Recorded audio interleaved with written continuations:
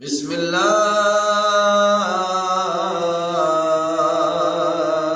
الرحمن الرحيم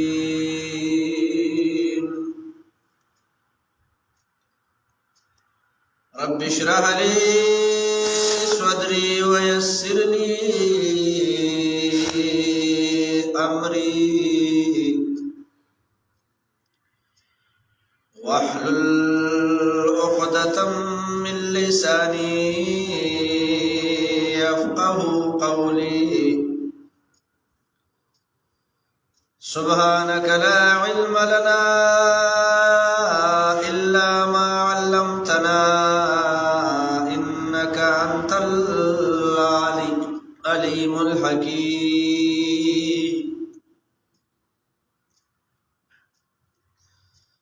بسم الله الرحمن الرحيم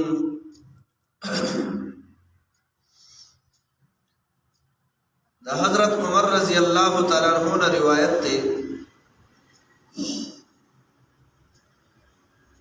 دے فرمائے چې ما ولیدل ټول یاران خو من لیدلو یار بهتر د ساتلو د جبینه او من لیدلو ټول لباس نو من لیدلو هیڅ لباس بهتر د پرهیزګارۍ نه او ما ولیدلو ټول مال نو من لیدلو مال بهتر د صبر کولو او من لیدلې ټول نیکی نو من لیدل هیڅ نیکی بهتر د نصیحت نه او من لیدل ټول طعامونه نو من لیدلو هیڅ طعام زیات خناک د صبر په دې حدیث مبارک کې عمر فاروق رضی الله تعالی عنہ پنځه خبرې مونږ او تاسو ته ښیي. اولنۍ خبره دا ده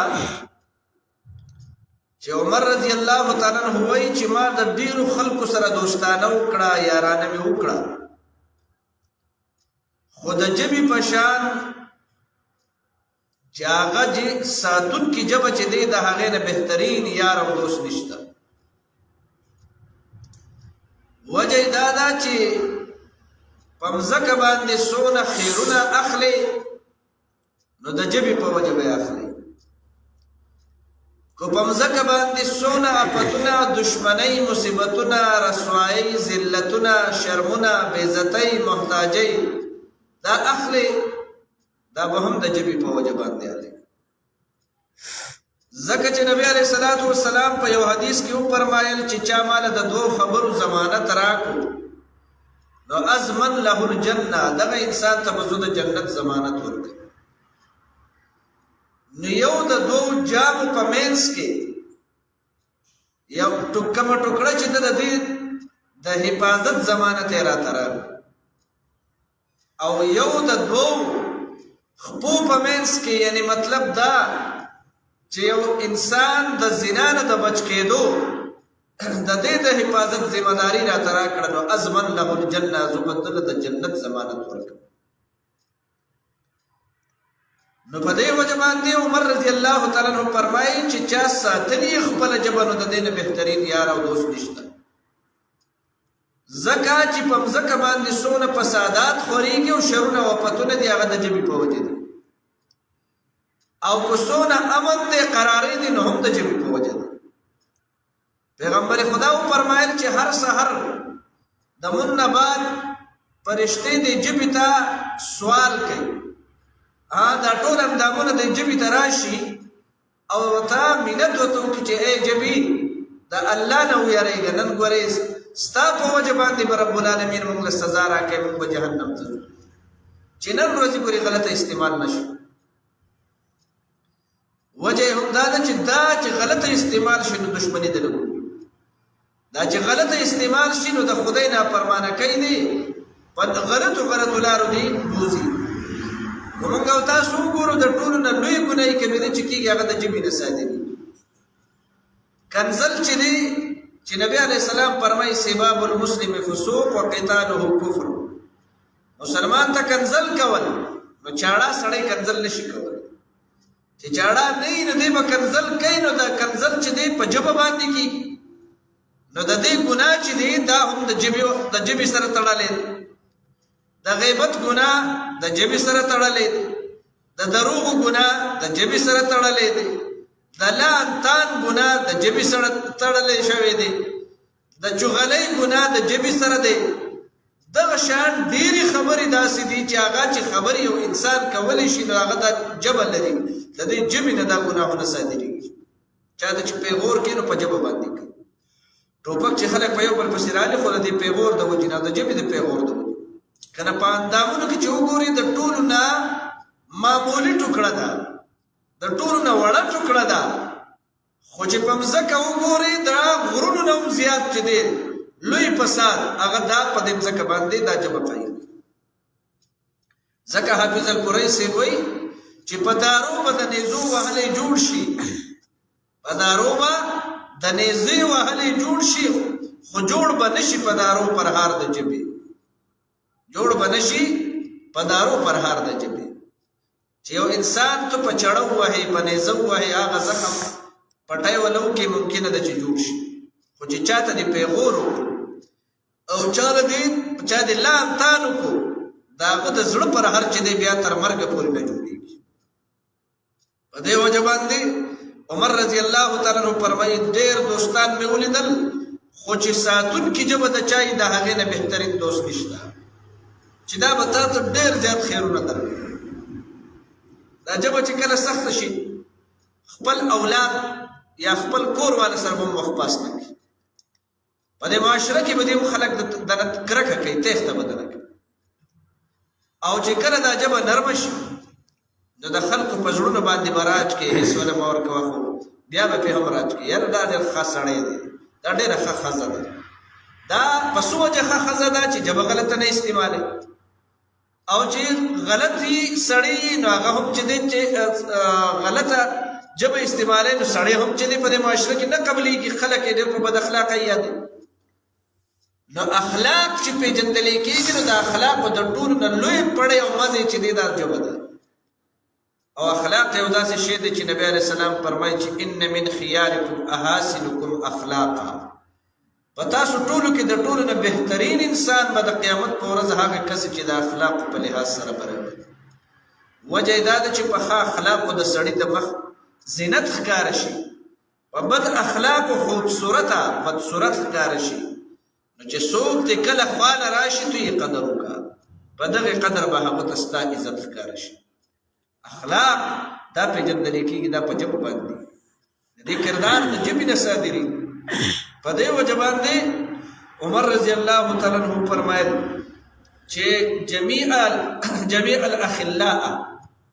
فلم ار خلیلا افضل من حفظ اللسان. ټول یاران مې ولیدل خو بهتر د ساتلو د ژبې نه مې بل بهترین یار ولیدل.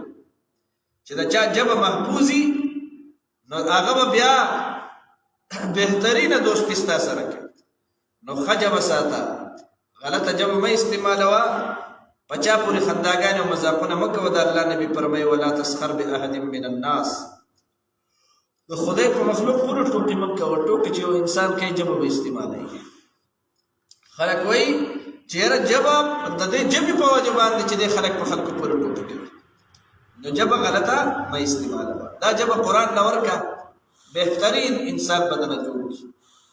او دا ژبه لان تان نه ورکه بدترین انسان به دنه جوړ شي. خو دا ژبه چې تا کله په حیا ساتله نو پیغمبر خدا فرمایي من صمت نجا. څوک چې د غلطو خبرو نه خاموش پاتې شو دی کامیاب شو. بل حدیث کې فرمایي من کان یؤمن بالله والیوم الاخر فلیقل خیرا او لیصمت. څوک چې په قیامت او په خدای ایمان نه وړي نو غوره خبرې دي کوي په ژبه باندې او یا دې خاموش پاتې شي،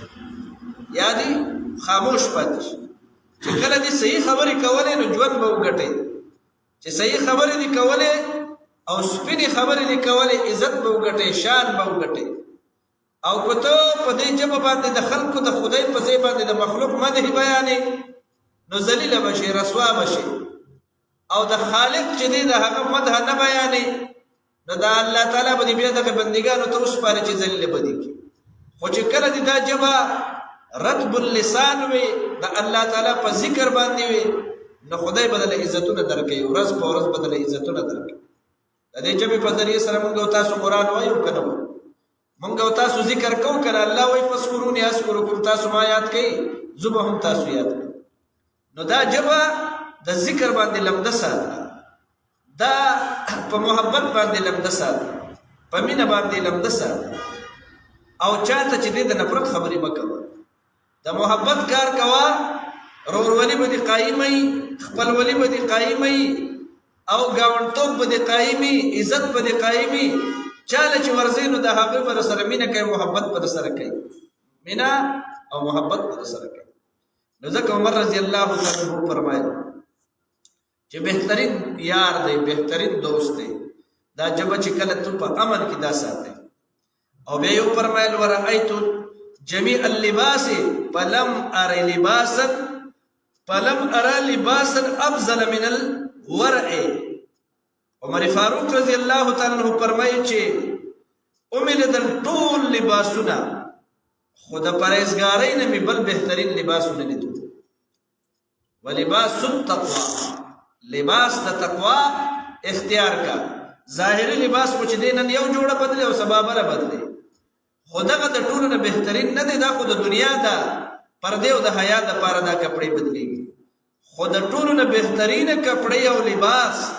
د انسان تقوا د الله نه یره ده د الله نه یره ده ظاهری لباس نه دی ځکه چې پیغمبر خدا فرمایي چې ان الله لا ينظر الى صوركم ولكن ينظر الى قلوبكم ونياتكم خدای ستاسو ظاهری لباس ته نه ګوري شکل ته نه ګوري بلکې ستاسو په زړونو باندې او په نیتونو باندې الله فیصله کوي ستاسو په زړونو او په نیتونو باندې رب العالمین فیصله کوي چې تقوا در پکې پیدا وي نو تقوا دا په لباس کې یوازې نه تقوا په تن کې دننه دا پیغمبر خدا وایي التقوا ها هنا سینې ته اشاره کوي تقوا دلته ده نو دا په ظاهر لباس اردو کرتو پټکو نه کیږي دا د باطن سورې غوړي ټټر زاهده دا د باطن سورې غوړي ټټر زاهده او دا په ظاهر لباس غلط ته سړی مشه منځ ګوره چې چرجی دې کومټا منځ اصل کې زړه دی او دا چې دې دا د تقوا نه چډکی د خدای نه یریږي نو بیا چې دې د دې ظاهر ته هیڅ ضرورت نشته ځکه چې دا شهیدانو په دنیا کې نخې ملټوا د شهیدانو ګل او شمع او مزار نه د شهیدانو ګل او شمع او مزار نه دا ظاهر سره تعلق نه ساتي د باطن سره تعلق ساتي ظاهر هم ځل د مسلمان جوړي د کافر به نه جوړي هغه هم چې دې په چا باندې نه خرڅيږي هغه هم بهتر کې ځاله خو صرف په ظاهره پوری کوم نه چې ظاهري خپل مزیدار د ځان لدی نقشه جوړ کړی د مسلمان خو چې ورنږدې شمه غباز نه وی لګ خيږي هغه کردار دې چې هغه حافظ الپوري سي وای چې غلېګه ما حافظ د دې د هر پیارانو زهر په پکې وی کو شربت تر کړی د وړي او رنگ دې د سړو دې کوي خوې د چار پایانو شین بوټي چې ویني د غړد کا پسې وکړي دا کردار دی کردار به داسې چې د تقوا نه وډکې د الله نه بیریږي تقوا څه دی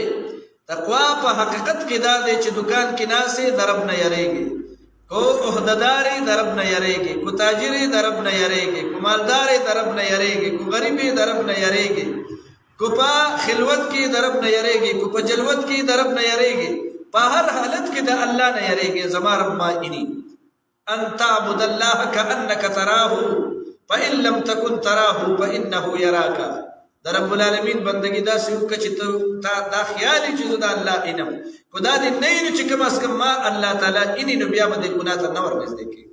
دا بده بندگی نقشه بی دا بده تقوا دا پرهیزګاری نقشه نو ځکه یو فرمایل چې د ټولو نه بهترین لباس چې دی هغه ما رنګارنګ لباسونه ولیدل خو د تقوا نه بهترین لباس نشته ورأيت جميع المال ما أريدو دير مال نو أمنوتو فلم أرى مالا أفضل من القناعة خو من لدلو د صبرنا لوی مال صابر انسان چې دی دا د ټولو نه لوی مالدار دی لوی مالدار چې کله در پکې صبر او قناعت اختیار نو الله تعالی فرمایي چې ان الله مع الصابرین ان الله مع الصابرین وتواصوا بالحق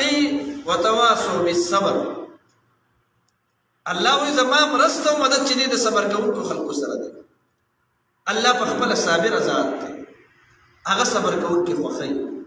دا وی سره مینه کوي. او الله تعالی وته فرمایي چې دا کم جبر در باندې کیږي نشبه کو ډېر هم وګد شي خو ثبات پیدا کیږي. الله وی انما العسر یسرا، په هر تنګي پسې پوری خوشالي چې کمی تنګي در باندې راشي او الله ته ډېر جړلې او خلکو در باندې ظلمونه کړي رنگارنګ چې دې هر قسم سختۍ در باندې تیرې کړي نو بیا به د باندې خوشالۍ راځي، سپرلې به راځي، سپرلې به بیا راځي.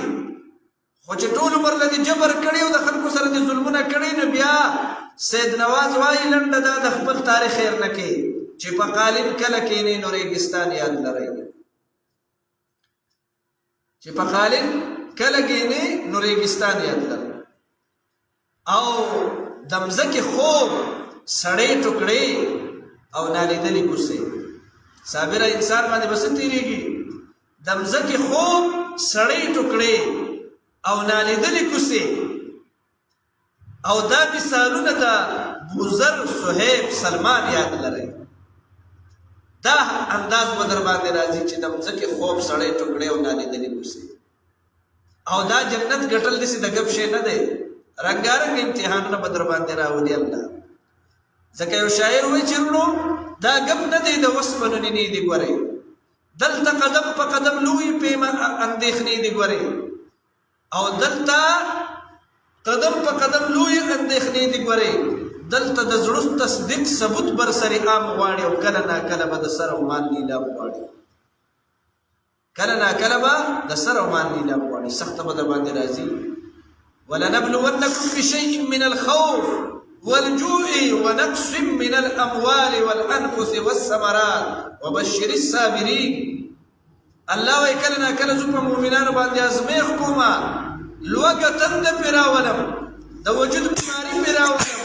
فصلونه ولا برباد کم، په وجود باندې بیماري او پتونه راشي بچی پړکم. خو بیا وی وبشر الصابرین الذين اذا اصابتهم مصیبه قالوا انا لله وانا الیه راجعون. دا به د مؤمن شان د صبرناک شان بدل. او کته وی چې زه د دې کار کوم او ما ته خلک ویل کما هر کلی وی خلک به زما تعریفونه مدح کوي نو بیا د دین کار ته نه کوي. پوه شي چې کله ستا مخالفین ډېر چې خلک په تا لام تار شروع کړي، خلک تا د کور کلي نه وباسي، په خلکو په اوږو باندې بوج شي، نو یاد ساته چې دا ډېر هر طرف ته چې دی دا لام تان د کور کلي نه شړل، ستا بې عزتۍ کول، الزامونه در باندې لګېدل، بچي دې نه معاف کول، زنانه دې نه معاف کول، دا ټولې خبرې چې راجمع شي انقلاب به برپا شي. فتح مکه له وشوه چې په عایشه صدیقه رضی الله تعالی عنها باندې منافقینو د زنا الزام هم ولګو او د نبی علیه الصلاة والسلام غوندې هستي د کلي نه هم وشړو وباسي، تجارت یې ورسره وبند کو او داسې یوه سخته نشته چې د الله نبي مخامخ ونه لیدله، د ترو تر مور نه یې ونه لیدله، د خپلوانو نه یې ونه لیدله او د دې ټولو نه یې ونه لیدله. دا ټولې سختۍ چې راجمع شوې فتح مکه له وشوه. بیا چې نبی علیه السلام د مدینې منورې نه واپس راځي لاول خپل کلي ته یې شاته وکتل، ویې ژړل چې ډېر راباندې ګرانې ډېر راباندې ګرانې خو ستا لیدل ګران شوي دي، یاره مهربانه چې دا څه در باندې شوي. پیغمبر خدا شاته مکې ته وکتل، وایي ډېر راباندې ګران دي، زما خوږ وطنه په تا کې پیدا شوی یم، په تا کې پاللی شوی یم، په تا کې مې منډې وهلې دي، په تا کې مې ستړي کړي دي، هر څه مې کړي دي، خو ستا خلک چې دی ما نه پرېږدي. او ابوبکر صدیق ورسره دی او ویې ژړل. خو روان دی، خو چې کله واپس راځي نو فاتح راځي، فاتح الله پې شپه ورځ کړې ده. دغه شان په هر چا چې سخته تېره شوه، د کور نه یې وویستی، د کلي نه یې وویستی، په الزامونو کې یې راوستی، د دین کار کوي او خلک دې معاف کوي نه. بعضې خلک وایي یاره زه خو د نیکۍ کارونه کوم ګوره او بیا ما خلک نه ماف کوي خلک وایي چې یاره دا پکې دا کوي او دا پکې دا کوي دا پکې دا کوي ما وایي اوس ټیک کار شروع شو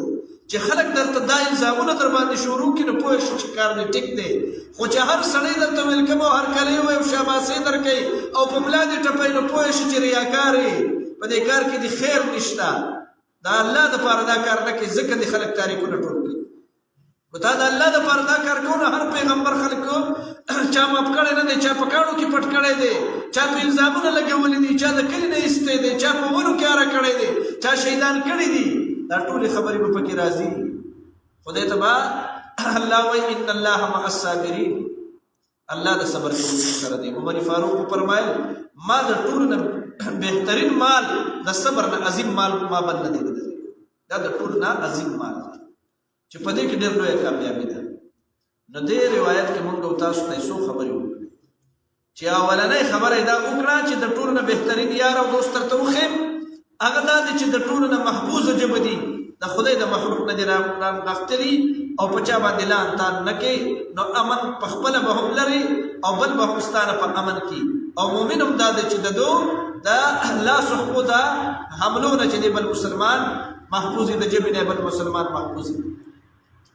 او د ټول نه بهترین لباس چې دی دا تقوا ده د ټول نه بهترین مال چې دی دا صبر ده د ټول نه بهترین نیکي او مال چې دی دا صبر دی چې الله تعالی په دې کې ډېر لوی خیرونه او برکتونه ښودي د الله نه مې دعا ده چې الله تعالی دې زموږ او ستاسو ژبې محفوظ کړي الله تعالی دې موږ او تاسو کې صبر پیدا کړي الله تعالی دې موږ او تاسو کې تقوا پیدا کړي د دې خیر نه دې الله تعالی یو مسلمان هم محروم پاتې نه کړي واخر دعوانا ان الحمد لله رب العالمين